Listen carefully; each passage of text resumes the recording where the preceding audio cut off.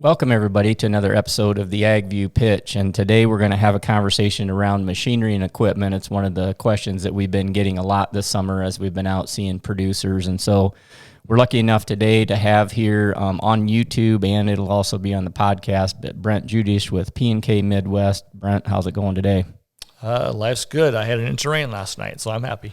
Well, that's nice. We had 1/10 of an inch last night, and we're not happy. So I guess we a lot of times are going to take what we can get here. But just as a little housekeeping, again, if you get value out of this podcast or out of the YouTube channel, please share this with some of the other producer friends that you have. We really try to do a good job of getting perspective out here. We don't have any sponsors or anything. We're just trying to make sure that we're getting good information to our clients and other producers. And so again, please share this if you find value. And so with that said, Brent, one of the things that we always see with machinery and equipment is it's the second largest line item expense in our budget. We're looking at 2022. A lot of farmers are doing the math, doing the calculations, looking at that and saying, okay, what's my machinery and equipment plan? There's going to be a lot of money made. So there's obviously, I think, a lot of machinery being bought, and we'll address that. But just have you first of all introduce yourself, tell a little bit about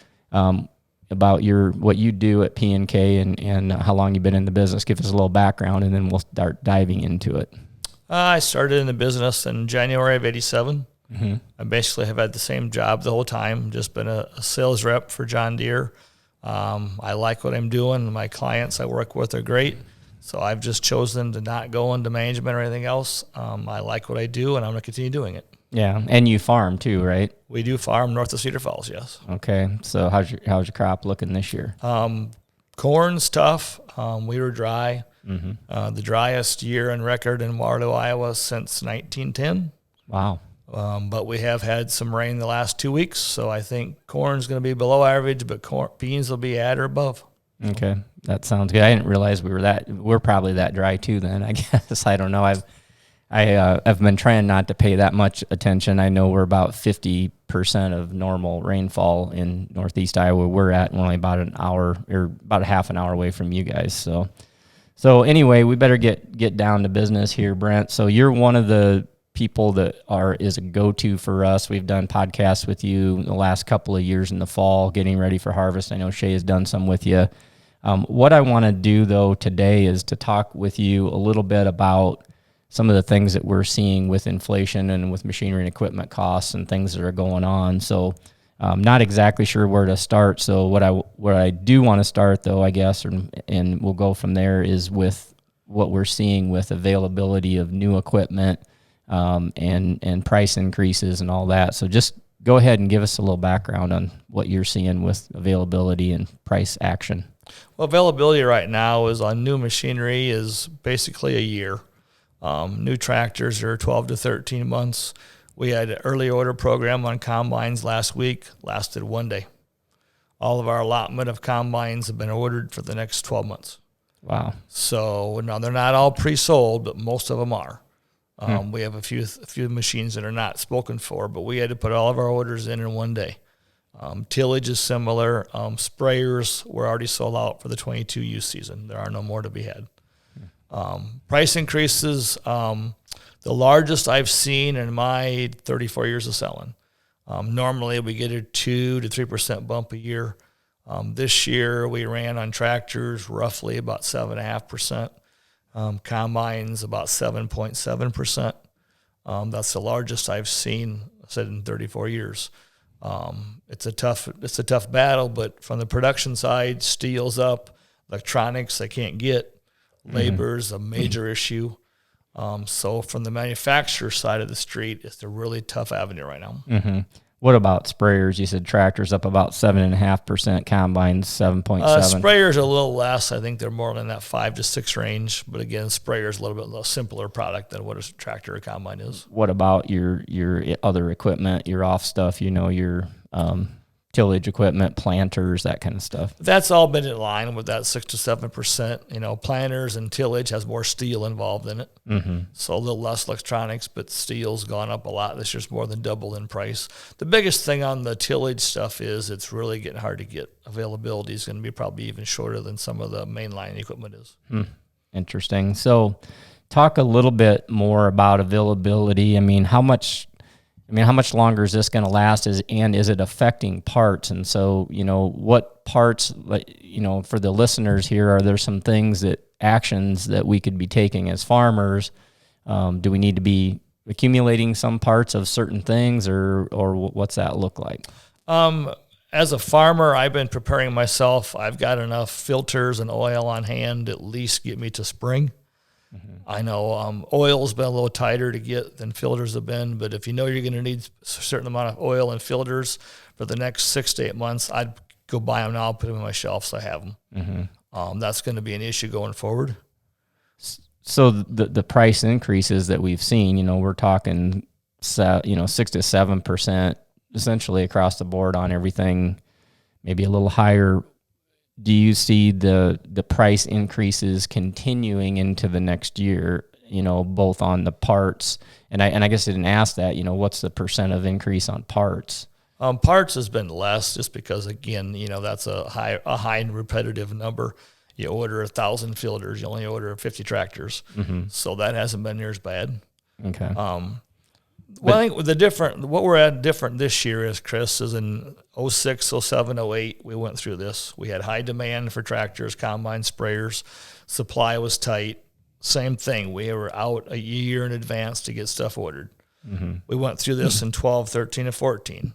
We had the $7 corn, $15 beans, same situation. We had 12 months out on availability. Now we're in a different scenario because we have high demand, we have high prices, but they can't get parts to build tractors. They can't get labor to build tractors. We're in a whole different dichotomy now. Mm-hmm. And my concern is, will we come out of this in a year or two? I don't think so. I think this is going to be a longer tail than we've encompassed the last 2 times we've been through this scenario. Used machinery values are shot up right now because new is tight. Mm-hmm. In fact, I've never seen used machinery values so high. 1, 2, 3-year-old machinery is bringing almost what it brought when it was new 2 and 3 years ago. So I'm just concerned that I'm not sure where this is going to end this time. Maybe if we get corn back to $4 and beans back to $10, it might slow this progression down. But I think this inflation is going to be here to stay for a while until we get ahead of this demand curve. Mm-hmm. Yeah, one thing, and I told you offline when we were starting this, we always look at, with Profit Manager, we look at, okay, your cost of production with regard to machinery and equipment. What you write a check out for isn't necessarily your cost. Your cost is including depreciation and inflation. But one thing that we've measured over the years is that it comes down to about 15% of the value of the machine. In other words, what we see is, like if inflation goes up, then the depreciation goes down. Just as you said, the used equipment becomes worth more. So whatever you have to trade for the new machine is actually worth more. And so it doesn't gain you everything you've lost because of the inflation, but it is gaining you because the used pieces of equipment are worth more. Is that right? Correct. And the used machinery doesn't necessarily go up to the same percentage of what the new does, right? But it certainly tracks at half to maybe 70% of the value of it. The other thing that farmers kind of lose a little bit sight of, and I'm a farmer too, is, 10 years ago, my combine did this many bushels of corn per year, this many bushels of beans. Well, now I've added acres. I got a bigger head, larger combine. So the trade differences seem higher, but if you break it down on a per bushel basis, right, is it really higher? Yeah, and we haven't seen it go up a lot on per bushel because exactly like you said, the bushels that the machine's throughput is significantly higher, and it's staying pretty constant. I'm a little concerned with the 7.5% price increase that it will keep up here short term, and sometimes I think people hope for these prices to come back down, but it always seems like whenever we've gone back and looked in the past, every time we've seen these price increases on the machinery, they tend to stay pretty static, especially on the new side. Sometimes we'll see the used stuff drift back, and it's usually in a category. So are there any categories that you think of machinery, whether it's sprayers, combines, tractors, tillage, planting, any categories that might be some opportunities to be buying or to be trading or anything? Combines are kind of the wild card of all the things that farmers own, me included. That's the what's hardest to get the overall cost under a certain point. And so there's opportunities right now out. There's a lot of used combines out there, 5 to 6 years old.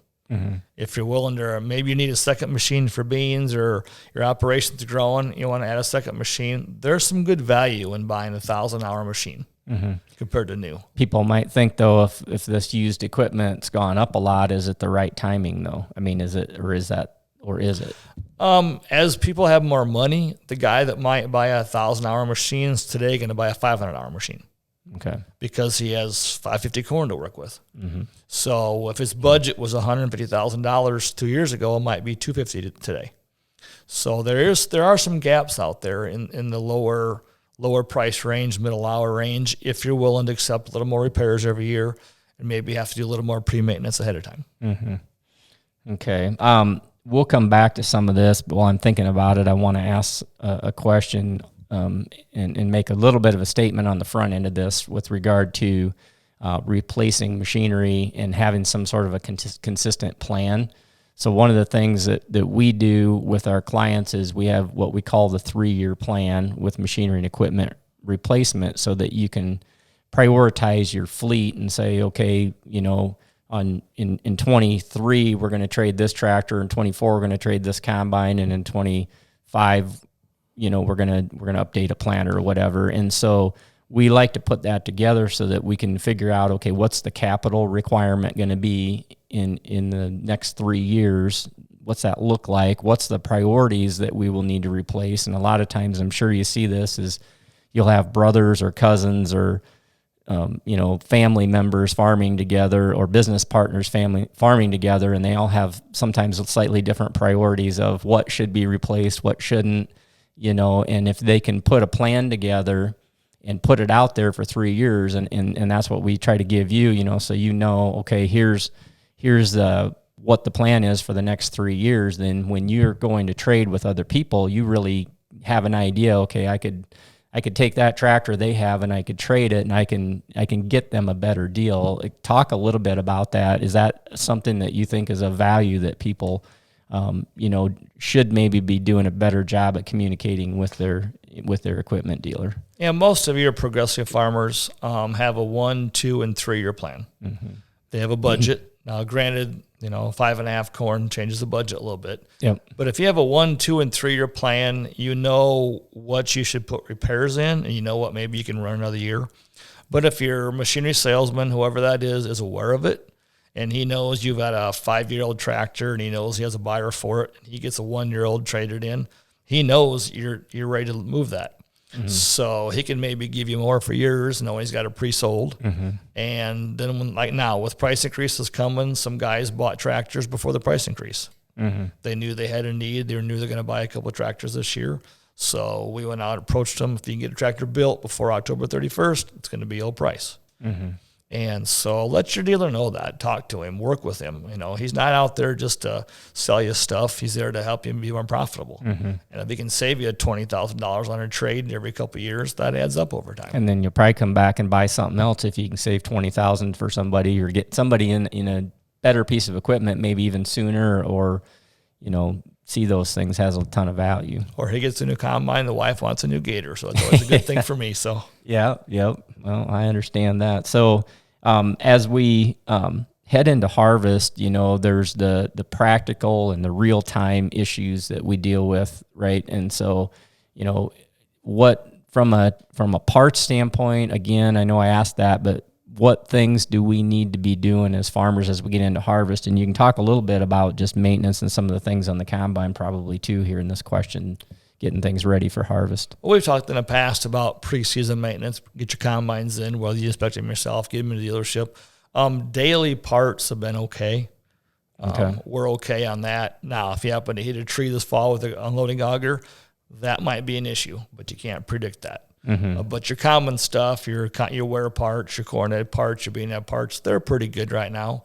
But if I knew I'm going to need something through the fall, I'd have them on my shelf today. I wouldn't wait until middle of October and say, I'm going to have to put new chains on my corn dad. They're getting wore.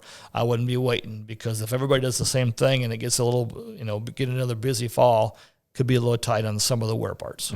So bearings and belts and that kind of stuff's pretty good, but it's the it's the gearboxes or something that's a little bit higher dollar, or some of those things a little more harder to get. Yeah, your high maintenance stuff, because corn head, 12-row corn head's got 24 gathering chains. Well, if we only have 60 on hand and 3 guys come in, somebody's short already.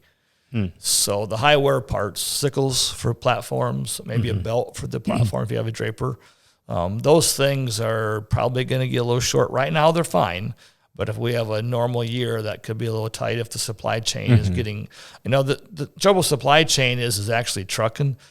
Deere just can't get the parts they need right now. There aren't enough trucks, aren't enough drivers, aren't enough people in the warehouse to unload the parts to get them to us. And so the whole thing's kind of backed up right now. It's just not one part of the equation. It's about 4 things in the equation. And that's what concerns me going forward, is if they're all lagging right now, where do we go from here? And one thing that you've brought up a number of times is the labor piece of the component.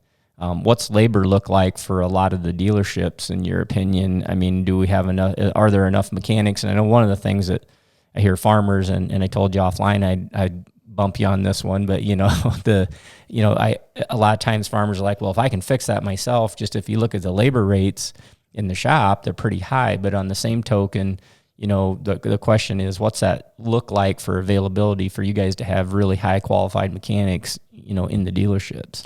Right now, labor availability is we're okay. Every store could use another person or two, but we're not short, so to speak.